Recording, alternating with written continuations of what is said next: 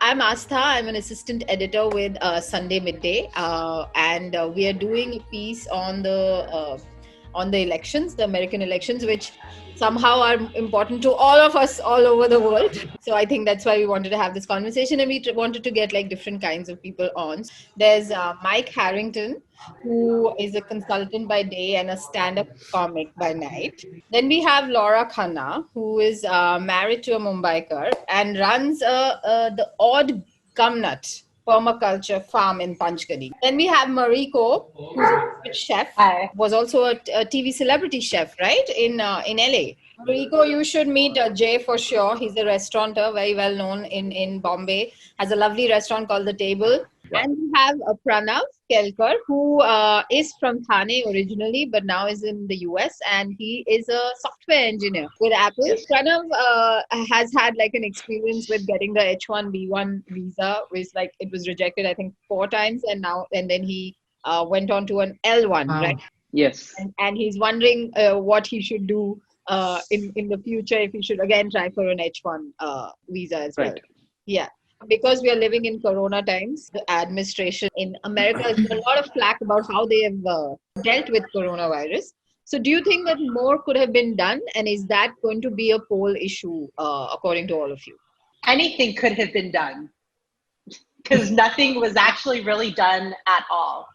Yeah, he told each state to take care of it themselves. So you have states competing with other states to access critical PPE gear, to access masks, to access all of the things that hospitals needed at the time. So there was no central leadership at all. He hasn't federalized any of the approach, and it leaves, then a huge disparity in how states can handle it. And it also leaves a lot of confusion because how do we know who to look to when the leader of the country is not saying anything concrete, and there's no consistent messaging, which we know in any kind of public crisis, consistent messaging is really what helps pull a country through.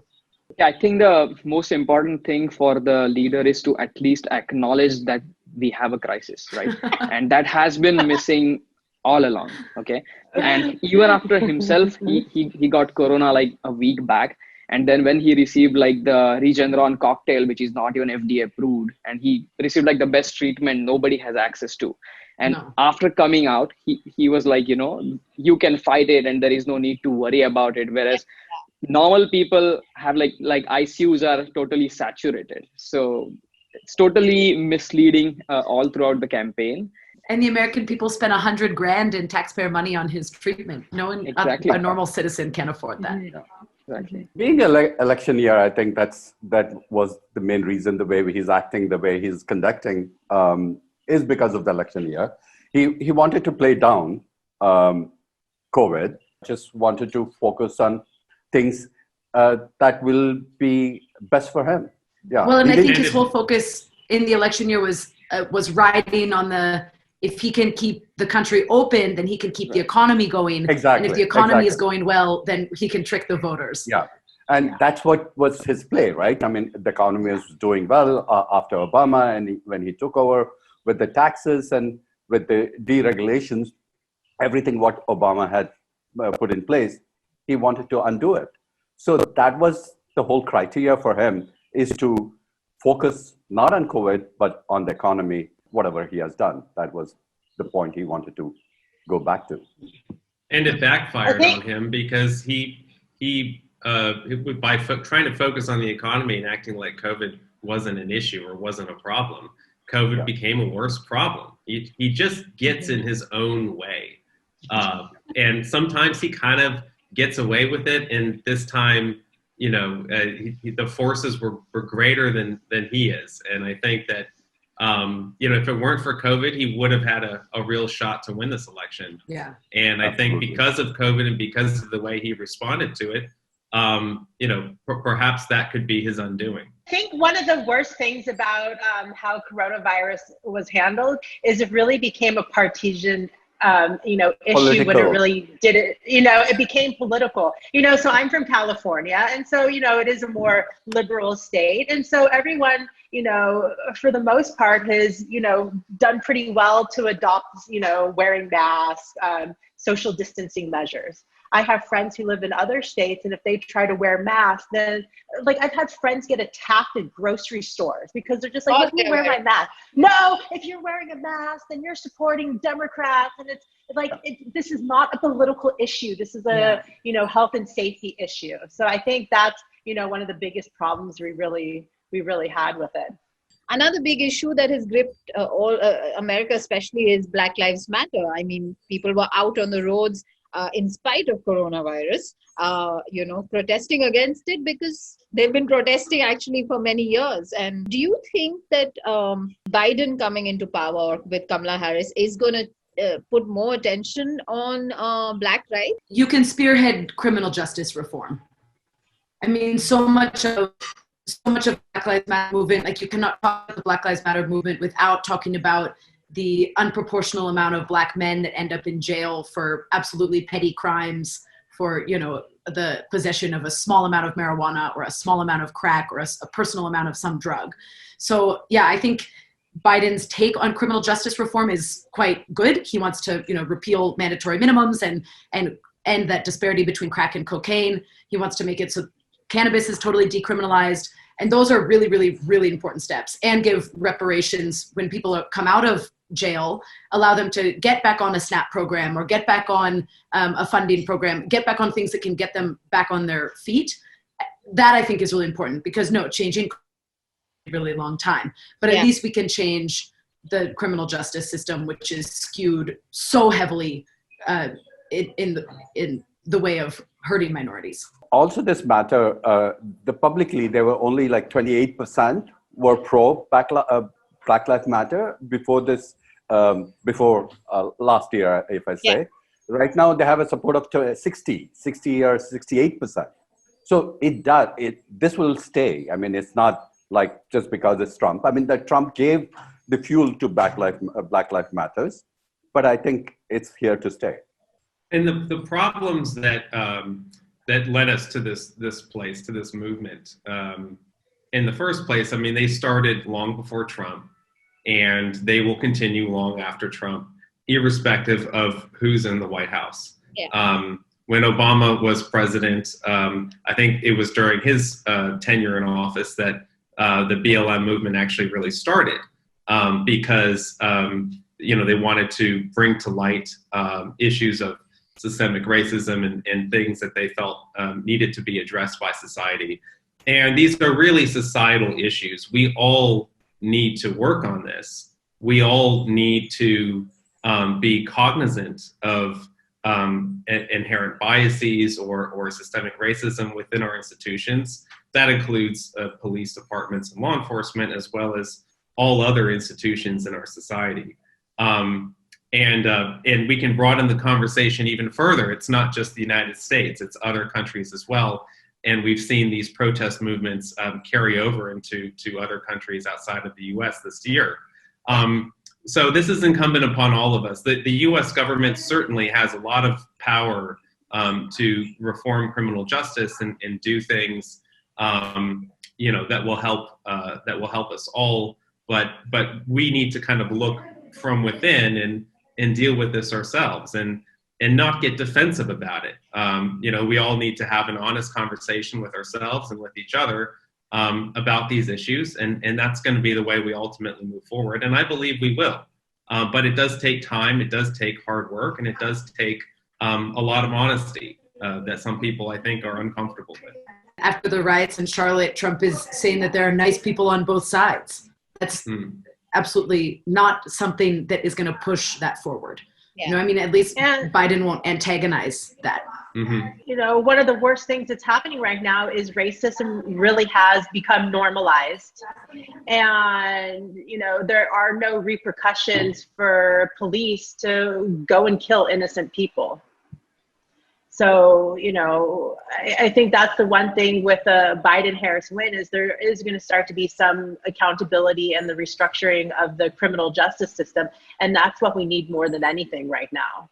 I think I agree with Michael when he like if basically if BLM movement versus the police reforms is concerned, it's kind of a long-term goal.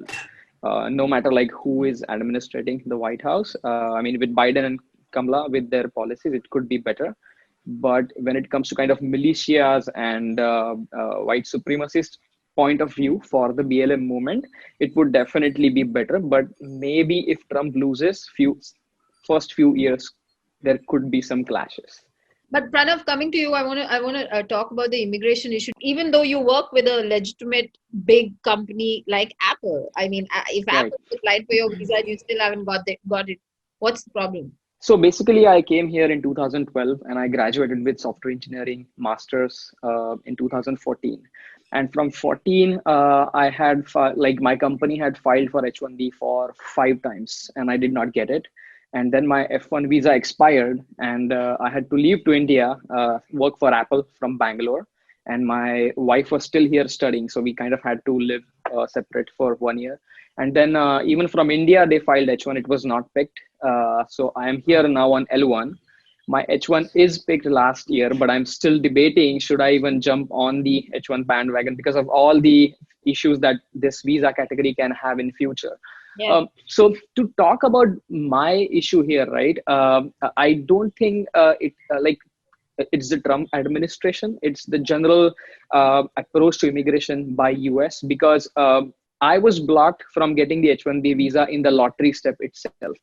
And the lottery step, it's basically, it's sheer luck. No, it doesn't matter for which company you work, right? So it never mattered that I work for Apple. I was not even getting through the lottery system, right? And I think that is kind of a bottleneck, because people abuse the system. They file like three, four H1Bs by going to consultancies and paying some cash, right? And they kind of clog the whole lottery. Yeah. So that affects genuine candidates with legitimate offers and companies and degrees. So this should have been reformed maybe during Obama's tenure. But when Trump came in, he is making it more and more difficult to retain this H1B. Even if you get through the lottery, he's kind of adding few small clauses with which you might not get 3-year extension, you might get 1 year, or you might need higher wages than what you're earning right now. So all these small changes are kind of indirectly targeted to make it more and more difficult to stay on H1B. The lottery system has been taken abolished for 100%.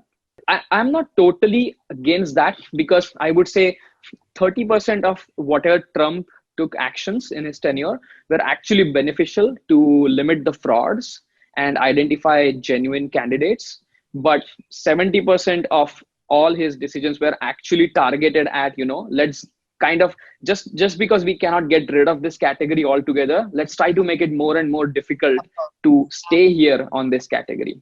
So I would give like 30% credit to Trump and his policies, but it's just kind of a byproduct of his kind of indirect goal that basically he doesn't want people to stay here and continue working. So I'm not sure what he has planned for his next tenure if he gets the White House. Another thing that he's had long-standing difficulties with is his relationship with women, maybe, or how he sees women. There have been obviously some cases as well. There's an abortion care act which was introduced, which he wants to abolish. So what do you guys think about his general disposition to women? All right. Where to start? Yeah. Where to Go ahead, start? Mariko. Go ahead. A couple days ago at one of his rallies, he was, he's been trying to appeal to the, like the white suburban woman. And, and saying like, oh, I got your husband's, I got your husband's, their jobs back. I brought back the economy so your husbands can work. But it's like, like women do work. You're appealing to this whole like, okay, we're a very like patriarchal society. And the whole rush with the new Supreme Court justice that happened, she's another one who's really against women's rights. She has said in press conferences before that women should, be required to vote for the candidates that their husbands vote for. She thinks that, in some of her past legal proceedings, she has talked about how, we have confidentiality in our medical care. A father or a husband should be privy to the confidential medical information, trying to get rid of abortion rights, so I think it's very scary, as a woman, even though I'm in India right now. I feel that everything the women have worked for, it's, if things keep going how they are with like Trump and the Supreme Court right now, we're going to start seeing things go backwards. Well, and I think what's really unfortunate, and absolutely bless Ruth Bader Ginsburg for all of the years she served and all the work she did, is that with this new justice, even if Biden is elected, it's likely going to be the case that Roe versus Wade will be repealed in the next couple of years. I mean, it's likely to be the case. And that is so heartbreaking to think that in 2020, we're regressing that far, that it will go back to being states' rights, which will leave every single red women in every single red state with absolutely no options or very, very limited options. I think Trump is deplorable, disgusting, and horrific when it comes to how he feels about women, I think it's absolutely disgusting. Yeah. Or nasty, which is the word he always used to describe women. And one thing I want to add is, like, I have a friend who's really close to me. Back in November, she was 6 months pregnant. And there was some issue with the baby. And basically, if she went through delivery, her life was at risk. So the doctors were like, you need to have an abortion, otherwise you will die. And, and she was actually a doctor herself, and that's very traumatizing, so she went to 4 different states to try to get an abortion. And then in California, there was such a long waiting list. She ended up having to fly to Europe to have the medical procedure. And it's just like, it's so traumatizing. It's like, she already has 2 kids, she wanted to have that baby more than anything, but it was just like she couldn't, because she knew her life was at risk and the baby's life was at risk. And so having to deal with that, and then having to fly, like go to different states and go to another country for medical care, that is absurd in like 2020. Do you all think that the court packing option is a viable one and a plausible one if Biden is elected? I doubt. I mean, I don't think Biden is up for that. He has said that. I mean, he's going to look into it and he's going to set a commission on it. But I don't think that'll happen. But 6-3, that's a big difference. I mean, this is long. I was going to say, it's possible that the next administration, if it is Biden, does not get a Supreme Court nomination. And it could be that the Republican administration that follows Biden, or follows, whoever the next Democrat after Biden is, in 8 years or however many years, they could be the ones replacing the justices, the relatively young justices that are on the court now. So it's a very problematic situation. And the hypocrisy of the Republican Party in selecting a Supreme Court pick and voting on her and approving her this time around, this close to the election, is abhorrent, but unfortunately unsurprising. But when Obama had the option to select someone, he was like 6 or 8 months away from, and they're like, oh, that's not enough time. And so I think this is, one of the biggest issues right here is like, there's no consistency. There's no like rules or law, like nothing is being abided right now. So it's, it's kind of turning into, just a big, like free for people can do whatever they want. I think this is a big win for Mitch more than Trump. That's what happened when Obama, 7 months before the election, when he had the chance of nominating, he stopped it. So now Trump got 3 nominees, and that's a big win for GOP. The world sees Trump through obviously, social media, and isn't that like as Americans, do you sometimes feel that cringe whenever he tweets something or whenever he puts something out or whenever the family is on screen because he's a PR nightmare. But he doesn't seem to care. Do you think Americans care that this is your president? Americans have got numb to it of all his tweets. I mean, there are days when he tweets like 60 or 70 tweets a day or more, I guess. I don't think it makes any difference what he's tweeting anymore because people are so numb and people are getting fatigued of Trump now. But I mean, we can see that people pay attention and they want change. Already the numbers for early voting are more than the entire previous election in certain areas. It's okay if if you're a comedian, if you're in other positions to be able to do that, but you're a politician, and there needs to be some type, some sort of diplomacy there. And I think one of the things about being in that position is even if you don't like people, you need to still play the different sides.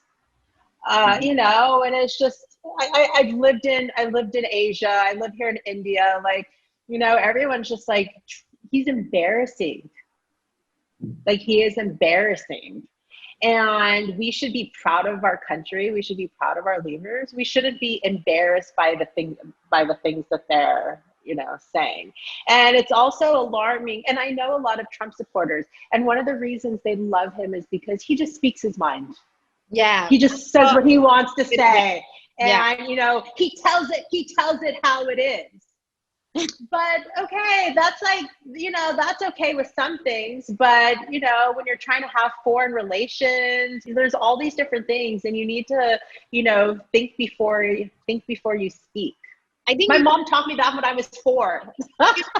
You can say it like it is and still be likable or still be pleasant. Yeah. Audio. You don't not very presidential. And the worst thing is, I think the main issue about his Twitter is retweeting the fake news, because he knows it very, very well that his followers are religious for his kind of personality and what he says, and he is kind of playing that very skillfully. Actually, whatever he's very carefully retweeting all the fake news.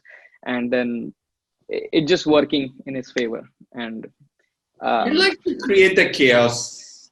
Exactly. I guess. Yeah, that's what has helped him. And everything is for a show. Everything is about him. Right? Yeah. Everything is for attention. Yeah.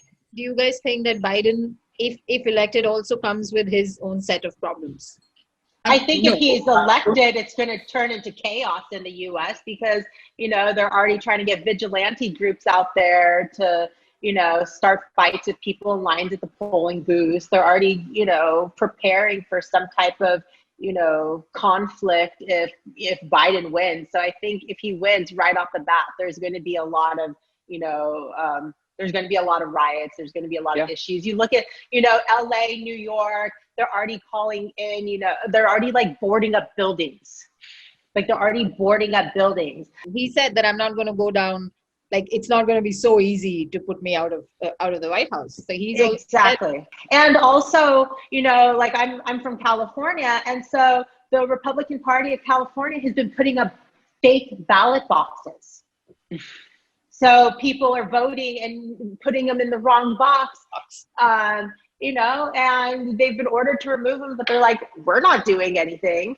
We're not going to take them down. So there's just this, all these little things happening, all these, Proud Boys and everyone getting kind of like riled up to be prepared for anything that happens. It's, so I guess, if he's elected, it's going to be, if Biden wins, it's instantly going to be some chaos in the U.S.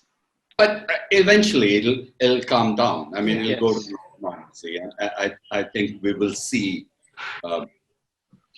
what used to be like used to be before, I guess. I mean, I don't know how long that's going to take, but yes, eventually it has hopefully to be. In my lifetime. Well, if we're comparing the issues that Trump brings with him versus the issues Biden does, even though, sure, maybe he's not the most progressive guy, and he has a history in politics that has been pretty, it's been mixed. But at the end, he's not an ego-filled sociopath. He's a man who will genuinely and happily put smarter people around the table than him. And I think that's what he has going for him most. He knows he's not the brightest tool in the toolbox, but he's very humble and very happy to get a coalition going around him that can do good work. And most of all, bring the decency to the presidency. I think that's what needs. Yeah. Right? And I think also Obama said it in one of his last speeches, is like, the American people, like, we deserve to not be worried about what our president's saying. Like, we've got all this exhaustion from COVID, all these other things, you know, but it's becoming mentally draining that every day you wake up, every news alert, it's just like, oh, what did he say now? It's exhausting to have a, you know, president that's just, you know, creating all this drama. I remember people talking about Vice President Biden as being gaffe prone. And that was the big criticism of him. It's, oh, you know, Joe Biden has all these gaffes. But I would love to just have a president who has gaffes once in a while, as opposed to someone who's tweeting and saying things that if any other president were saying these things, they would be considered a gaffe. Oops, he lost his cool, he lost his temper. You know, let's get him back on track. Trump just gaffes on purpose all the time. 3 of you are Americans who live in India. 2 of you are, like, you know, from India. He called India filthy, and everybody got all riled up. But do you think that it's a distraction from how they see COVID? And after living in India, what do you think of of India in general? And is it cool to call to call it filthy? I think it's a reflection of his absolutely tiny, tiny mind and tiny worldview experience. He has no experience outside of an elite, rich New York penthouse lifestyle, and he gives no value to other races or other countries. I mean, he said Africa is full of shithole countries, Mexico is full of rapists. You know, it's in line with how he views any other country in the world, except for maybe some other rich European countries. So I think just none of us should even consider it. We should forget entirely. I mean, who cares? You know, it's absolutely in line with his tiny, tiny mind and his tiny worldview. So we should just let it roll off our backs. Lovely. Because we know that India is beautiful and vast and complex and doing pretty darn great for how many people are here. Yeah.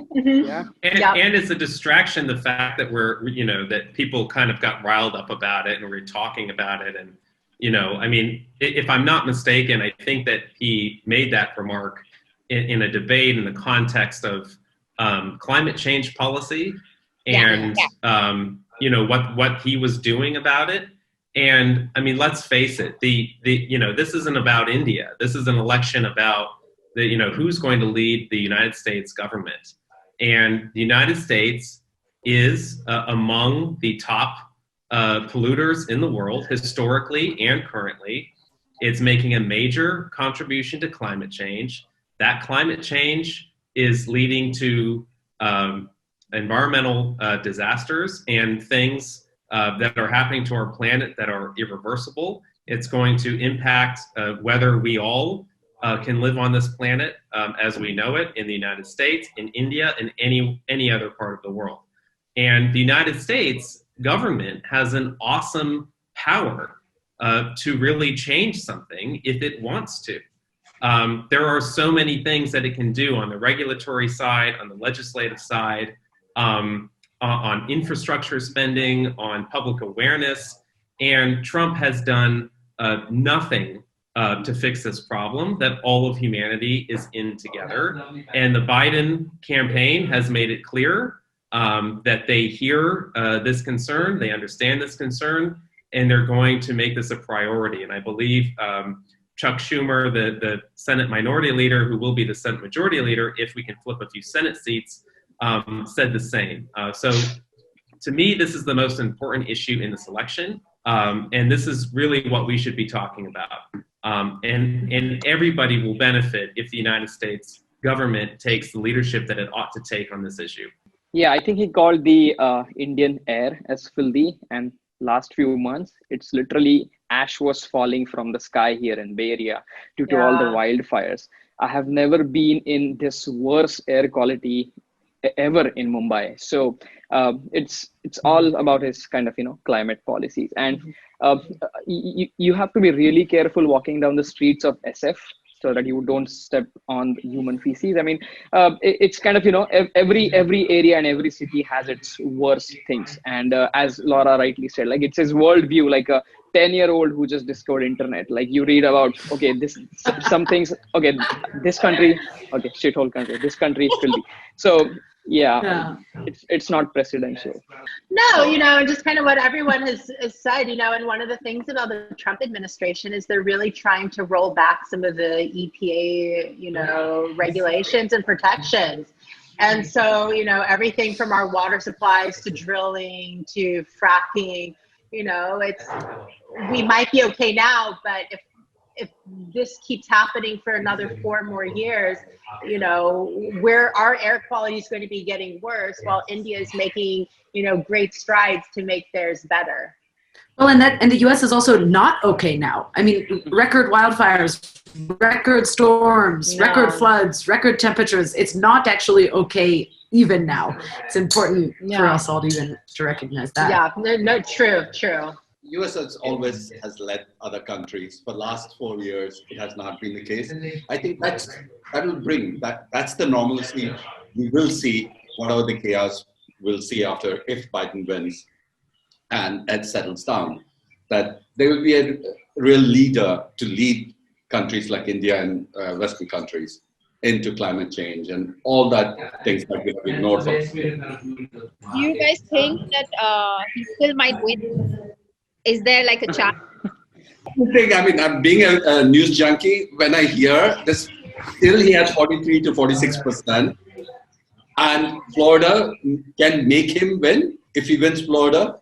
So it baffles me how. I mean, today on this panel, there's no Republican GOP here. Everyone seems to be progressive, but who are these people that are voting for Trump? I mean, that's the question mark.